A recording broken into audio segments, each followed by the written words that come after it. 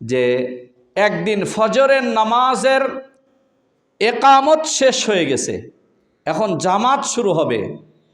এমন সময় দুইজন ফেরেশতার কাঁধে ভর করে বাইতুল মাকদাসের পূর্ব দিকে মিনারার নিকট দুইজন ফেরেশতার কাঁধে ভর করে আসমান থেকে হযরতে ঈসা আলাইহিস সালাতু ওয়াস সালাম দুনিয়াতে আসবে। ফজরের নামাজের একামত হয়ে গেছে, জামাত শুরু হবে। তখন পিছন থেকে কিছু লোক ওনাকে বলবেন যে একামত হয়ে গেছে, আপনি নামাজের ইমামতি করুন। তখন হযরতে ঈসা আলাইহিস সালাতু ওয়াস সালাম বলবেন, ইমামতি আপনি করবেন। ইমাম মাহদিকে বলবেন, ইমামতি আপনি করবেন, আমি আপনার ইমামতিতে নামাজ পড়ব। ইমাম মাহদি ইমামতি করবেন, উনি ইমামতিতে নামাজ পড়বেন। এরপরে একটা বর্ষা নিয়ে বের হবেন এই বাইতুল মাকদাস থেকে।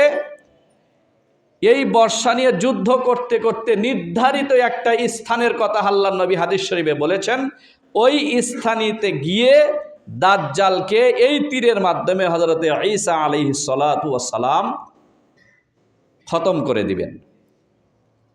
এরপরে হযরতে ঈসা আলাইহিস সালাতু ওয়াস সালাম দুনিয়াতে প্রায় 40 বছরের মতো অবস্থান করার পরে ওনার ইন্তেকাল হবে।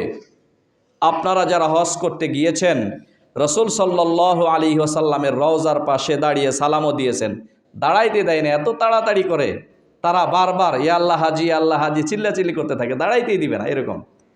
ওইখানে রাসূল সাল্লাল্লাহু আলাইহি ওয়াসাল্লামের কবর এবং হযরত আবু বকর সিদ্দিক, হযরত ওমরের কবর, মাঝখানে একটা কবরের সমপরিমাণ জায়গা খালি আছে। এই জায়গায় হাদিস শরীফের দ্বারাই প্রমাণ, হযরতে ঈসা আলাইহিস সালাতু ওয়াস সালামকে এই দুনিয়াতে এসে দাজ্জালকে খতম করে দিয়ে প্রায় 40 বছরের পরে ওনার ইন্তেকাল হয়ে যাবে। তখন রাসূল সাল্লাল্লাহু আলাইহি ওয়াসাল্লামের কবরের পাশে যে জায়গাটা খালি রাখা হয়েছে, এখানে ওনাকে দাফন করা। এবং ইমাম মাহদি যে সমস্ত দেশকে যুদ্ধ করে মুসলমানদের আয়ত্ত যে সমস্ত দেশ আসবে, আয়ত্তে আসবে, তার মধ্যে একটা দেশ হলো বর্তমান আপনারা শুনলেন কিছুদিন আগেই সিরিয়ার প্রেসিডেন্ট বাশার আল আসাদ।